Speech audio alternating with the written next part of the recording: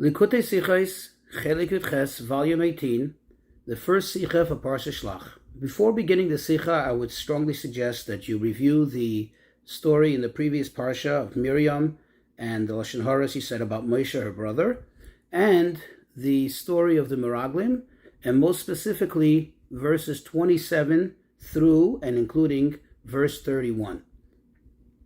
This is a Rashi sicha, and in this sicha we're going to appreciate and we're going to learn, several new points in Rashi, several of the kloli Rashi, the rules in Rashi which we're very familiar with already, and we come to appreciate them even more. For example, the rule that Rashi, even in his Dibur Hamaschil, in the heading of Rashi, is also very specific and very, very apropos to his pirush, to his explanation of the pasuk, and see how that adds to the pshutei shel mikra, to the meaning of the verse. Also, we'll see that Rashi doesn't just ask questions and give explanations, but it's always absolutely necessary and important and prudent to pshutei shel mikra. And also we'll come to appreciate very much how every single word, every single expression in Rashi is so absolutely necessary for that particular explanation that Rashi is giving on the pasuk, and how it brings out the depth and the precision of Rashi's explanation. So in the beginning of the parsha, Rashi in the heading Shlach lecha anoshim, send to you people. So Rashi asks, Loma nismecha parshas meraglim the parshas Miriam. Why was the story of the Meraglim put in such close proximity to the story of Miriam? Meaning, the end of last week's parsha was the story of Miriam. Immediately right after comes our parsha, the story of the Meraglim. So Rashi answers, Lefi sheloksa aliske dibor, because Miriam was punished because of matters of, or occupation of gossip, of talking, that she spoke, she dibra ba'achia, she spoke in her brother. Urishoyim halolu, and these wicked ones, ro'u, they saw what happened, veloy lokhu musar, and they did not take a lesson from it, and they did what they did. So we need to understand there are several questions here. First of all, what's Rashi's question in the first place? Why does the story of the Meraglim come in such close such close proximity to the story of Miriam? The fact is that it happened right afterwards. In other words, it's true that many times in the Torah does not record events in the exact sequence of events that they happen. But in this case, this is how it happened. Right after the story of Miriam, right after they traveled, that's when they sent the spies. So why ask the question in the first place? Another question, why in the heading, which we understand this entire Rashi is not about a specific question or specific point in the story. Rather, it's about the general story, why it comes in justification to the story of Miriam. So why does Rashi put in the heading the words lecha anoshim, Shlach lecha anoshim, send to you people? Why didn't you just put the word Shlach, as he does many times when he explains something in the beginning of a parsha, in the beginning of an event, or in the beginning of a story? Rashi just puts one word as a heading in order to tell us the general subject about what he's going to talk about, the subject matter. Why does he find it necessary to add these two words in the heading? Another question, why is it that Rashi says that Miriam was punished for iskei dibor, for matters of talking, for matters of gossip? Why didn't you just say that she spoke lashon hara? For the fact that she spoke evil gossip, she spoke something negative about Moshe. Why does it say that she's because of matters of chatter, of iskei dibor, that she spoke too much? Moreover, it is another place where Rashi actually points out that the word diba, which means chatter, talking excessively, could sometimes also lead to good things. In other words, it's not inherently or necessarily negative when somebody is involved, somebody is engaged in chatter. So why didn't Rashi say it more specifically and say, because she spoke lashon hara, and so they did too, and therefore they were punished? Another question, Why does Rashi add the words that she spoke about her brother? I mean, if anybody looks into the story, you know what happened there, and she spoke about her brother Moshe. Why is it prudent into this explanation, to this Rashi, to know that Miriam, to point out that is, that Miriam spoke about her brother? Another question, what is Rashi pointing out with the words, Urishoyim halolu, these wicked ones? Why does he have to emphasize these wicked ones? Why didn't he just say, and they, which we all know who is they meaning the spies, saw what happened to her and they didn't take a lesson? Why does he have to emphasize that they are the wicked ones and they did not take the lesson? And another question is, why does Rashi emphasize that they saw what happened to her? They saw what happened to Miriam and they didn't take a lesson. Why didn't you just say plain and simple, they didn't take a lesson from the story? Why add the word that they saw what happened to her and they still didn't take a lesson? So to understand all of this, we should introduce first a very important question, actually a very fundamental question, which the Ramban asks, Nachmanides. And he asks the following. Really, if you think about it, what really was so bad with what they did? In other words, they were punished so severely. Not only were they punished, all of the Jews were punished. What did they do that was so inherently bad? The fact is that they were sent on a mission. What was their mission? Their mission is that they were, as they were told, go see what's going on over there. Go see how fortified the cities are. Go see and observe how strong they are and how confident they are in their strength, and come back and report. And that's what they did. That's what they did. They came back and they said, they gave an account. They gave a report of exactly what they saw and what they experienced. Why is it that this is considered to be so bad? What is their grave sin in what they saw? And if you say that perhaps one would suggest that what is it that they did wrong, that they drew a conclusion. And what did they say at the end of their words? We won't be able to do this. This is just something that we cannot achieve. We cannot go, we cannot go up there and conquer this land because they are so strong. Well, that isn't really all of their sin. In other words, that isn't really what they did so terribly wrong.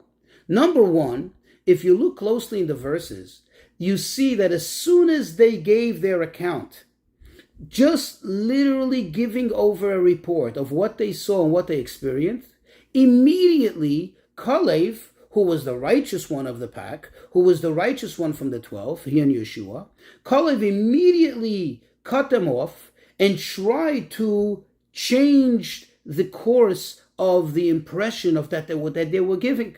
Immediately he said, no, it's not so difficult, we could do this. What is it that they said that was so bad? What is it that they said that was so wrong that Kalev immediately read into it and immediately understood what they were saying and therefore immediately jumped in? Only after his words do we find that they said no, they reiterated, or they in fact stated for the very first time, no, we cannot do this. While he said you can, we could go up there, we could do this, we could conquer the land, and they specified no, we cannot. And by the way, even in that, we can even find some merit with that. They didn't say we're not going to go, we're not going to listen to Hashem. They just said this is not possible, this is not attainable, this is not something that we can do. And if you think about it, they did the right thing. They did what they were tasked with doing. They were tasked with going there and observing and evaluating b'derech hateva, meaning under natural means, natural means of things, to see how strategically it's possible to go up and do it. So what they did is they came back and they said that b'derech hateva, by natural means, this is not something we can do because they are naturally stronger than us, more confident than us, and therefore we cannot do it. They didn't say that we're not going to listen to Hashem. All they did is what they said, that this is not normally physically possible. If Hashem wants to do it, Hashem will create a miracle, but this is not physically possible. And in fact, you can see from the reaction of Kalev, what did Kalev say? As Rashi explains his words, Kalev said, quote, even if Hashem tells us to take ladders and go up to the sky, we'll do it. He used a term which is also supernatural. In itself, you see what it's saying. It's saying is, I agree with you that naturally this is not attainable. Naturally, we cannot accomplish this. We cannot conquer the land. But still, even if Hashem would tell us to do something as supernatural as going up to the sky, going up to the heavens, we'll do that too. So again, what is so wrong with what they said? The whole purpose of them being sent was to find out, b'derech hateva, and the natural means, what the situation is. And that's what they did. They came back and they said the truth. So this is what Rashi is coming to answer. This is why Rashi tells us that the juxtaposition of the parshas, the fact that the two parshias, the story of Miriam and the story of the Meraglim, why they come so close together, why one right after the other. You see, because this is what Rashi is trying to explain. This is what Rashi is going to answer, and through this we'll understand what was so wrong or what they did. You see, the fact that these two episodes occurred one right after the other is still not a reason al pi pshutei shamikra that they should come in such close proximity in the Torah, meaning in the narrative, the way the Torah records it. We do find sometimes, as the case in the previous parsha, just the last parsha we learned, that sometimes the Torah inserts something which seems to be foreign to the conversation, something that's foreign to the topic, in order to create a separation, a barrier between one thing and another. In other words, the Torah sometimes injects something which doesn't seem to really belong there in order to create a separation and to detach the two narratives, the two stories. For example, in the previous parsha, where it says Vayehi ben Soha Aaron, and Rashi clearly says it doesn't really belong there, but the Torah wanted to separate between one bad episode and another one. Here too, when we learn these two stories, Rashi says that immediately the question becomes that the Torah should have separated the two. The Torah should have put them apart. The Torah should have injected something else, inserted something else, in order to distinctly separate the two. Why? Because when one reads these two stories in such close proximity, one may get the wrong idea that the reason why they come together is because they are similar. Meaning that the same thing that happened with Miriam is the same thing that happened with the spies. Or perhaps that the spies and Miriam are all on the same level and they basically did the same thing. But however, the truth is that there is a tremendous and fundamental difference between the two. When you look at the story of Miriam, true, she was punished, meaning for being on the level that she was. So considering that, what she did was considered to be a sin, and therefore she was punished. But still, what do you see? What was the final outcome? That although she was punished, yet all Bnei Yisrael waited 7 days until they traveled. And they only waited until she became healthy. And once she was healthy and pure again and ready to travel, then they all traveled. Whereas the Meraglim, the spies, what happened to them? They died. They were punished severely with a terrible, terrible punishment. So one would say, wait, perhaps the reason why it comes so close together is perhaps the Torah is indicating that really they're on the same level. The only reason that the spies were punished so severely is not so much because of who they were, because what they did. What they did perhaps wasn't inherently so bad or not as any worse than what Miriam did. Rather, because it led to such a terrible outcome, because it led to such terrible consequences, namely that the Jews all cried, and the Jews all now were punished and had to remain in the desert and couldn't enter Eretz Yisrael, therefore they were punished so severely. But really, perhaps one would get the idea, because of the close proximity of these two portions, of these two stories, that perhaps they're on the same level. And this is the reason why Rashi adds in his heading the words Lecha Anashim.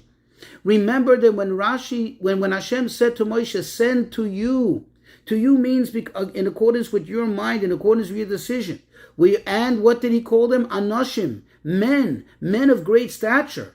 This would add to one's reasoning and one's coming to conclusion that perhaps these people, these Meraglim, these spies, were on the same level of Miriam. The same level of Miriam, meaning that they did not sin so gravely. Rather, it's because of the outcome, because of the consequences, because of what it led to. Therefore, they were punished so severely. But one would think that really they're pretty much similar and one and the same. The story of Miriam and the story of the Meraglim, and that they're perhaps on the same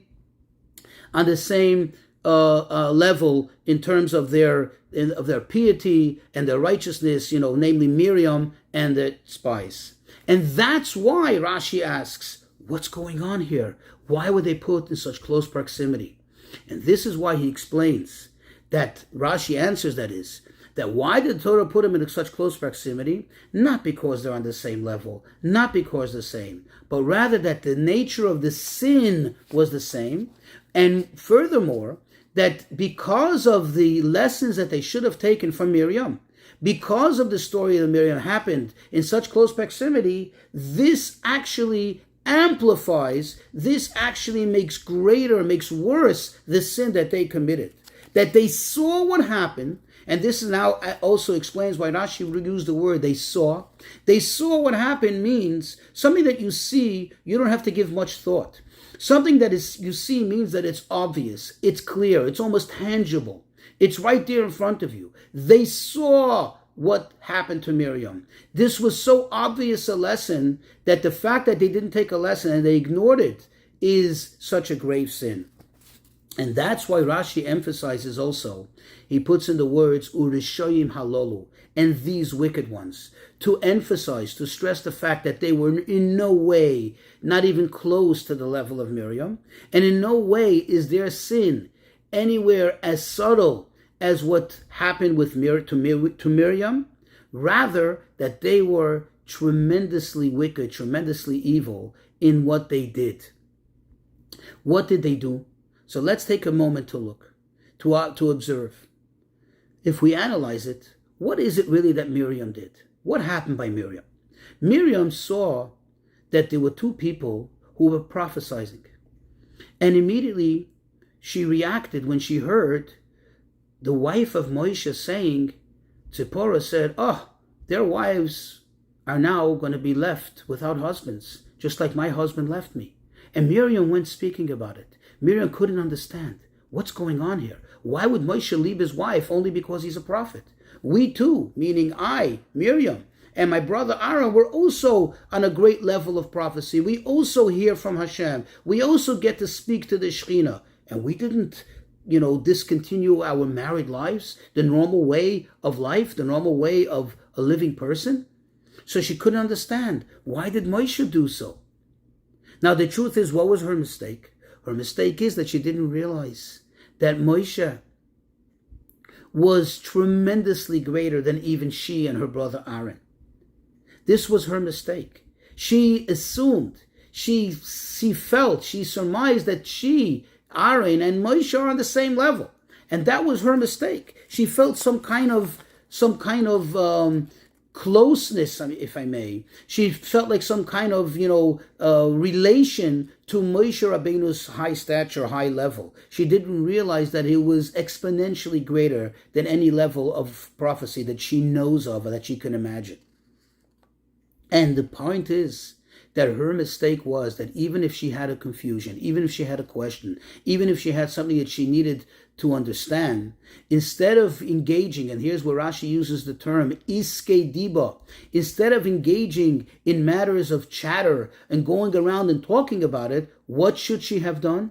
She should have taken the matter up to Moshe himself. She could have approached him privately and said to him, Moshe, my brother, what's going on here? Why did you leave your wife? Why is it that you did it? And maybe Moshe would have enlightened her and said to her, no, this is direct instructions of Hashem that I received that prompted me to do it. Otherwise, I wouldn't have done it. Now we can understand how grave the sin of the Meraglim. You see, the Meraglim, the spies that is, they also did something similar. They knew that they are being sent, as it says, al pi Hashem. It says in the verse that Moshe sent them in accordance with the directive of Hashem. So they felt like, wow, look who we are. We're on a high level. They understood that they're somebodies. They were sent by direct order of Hashem. Now, when they came to the land of Canaan, And as they described, the people were giant. The cities were fortified.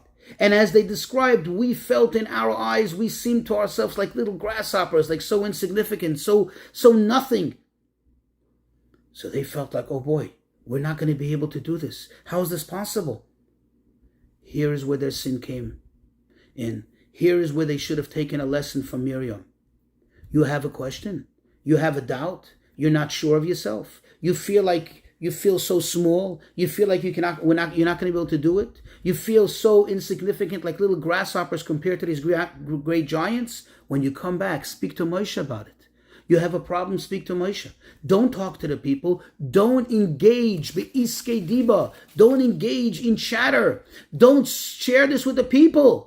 And this is what Kalev jumped on as soon as he heard them speaking to the people about it. Why are you sharing this with the people? Why are you sharing your insecurities with the people? Why are you doing this? You're causing them also to feel this way. Because if you, who were handpicked by Hashem, who was sent by direct order of Hashem, feel this way, how do you think they're going to feel? And now we can understand also why Rashi emphasizes the word Ra'u, they saw. They saw what happened to Miriam. You see, because the whole problem came over here of seeing. You see, the real question is, what really changed when between the time before the spies went to Israel to inspect and to scout the land of Canaan, and after they were already there? What really changed? The fact is that it was no secret to anyone that the inhabitants of the land of Canaan were enormous giants, and that they had fortified cities, and that they were extremely strong and protective of their land. What changed? Why did they suddenly become so scared? So we know there's a rule, you cannot compare hearing to seeing, meaning when you see something, it has a much greater and profound effect on you. So it's true, and this is not no fault of their own. It's true that they were really unprepared to what they were going to see. When they came there and they saw it, it just had such a profound effect on them. It has such an impact on them. The enormity, the greatness of the power and the strength of the inhabitants of Canaan, that it scared them. Yeah, that it scared them. But that's what Rashi is emphasizing. Yes, you saw that. I understand. It can be understood and accepted that you're not so terrible for having become scared by what you saw. But you also saw something else. And that is that you saw. And again, seeing means that it has a profound impact. It's not something which requires a lot of contemplation, a lot of introversion. It doesn't require a lot of meditation. It's something which is so obvious that it should have had an immediate and actual and obvious effect on you. Namely, what you saw that happened to Miriam, even though she had some relation to Moshe, and that's why Rashi puts in the words ba'acheha, that she spoke about her brother. She did have some connection to her brother, and therefore she was led to a mistaken conclusion that she and her brother are on the same level. But you, meaning you, the spies, you don't have any business to consider your insecurities, the insecurities of the entire nation, to consider your fears to become the reality of everybody else. If you had a fear, you had to go and speak to Moshe himself and ask by him. So to sum it up, we see from Rashi how clearly there's a special connection between this story of the Meraglim, of the spies, and the story of Miriam, but really it's not a connection by virtue of the fact that they were such great tzaddikim. That is why Rashi asks the question that it shouldn't have come in such close proximity. Rather, it has the connection of the impact of the lesson that they should have taken, because it was so impactful, because something that they saw, and even though they saw something that scared them so much, they should have not done what they did, and that's why they were punished so severely, and that's why this was considered such a terrible sin.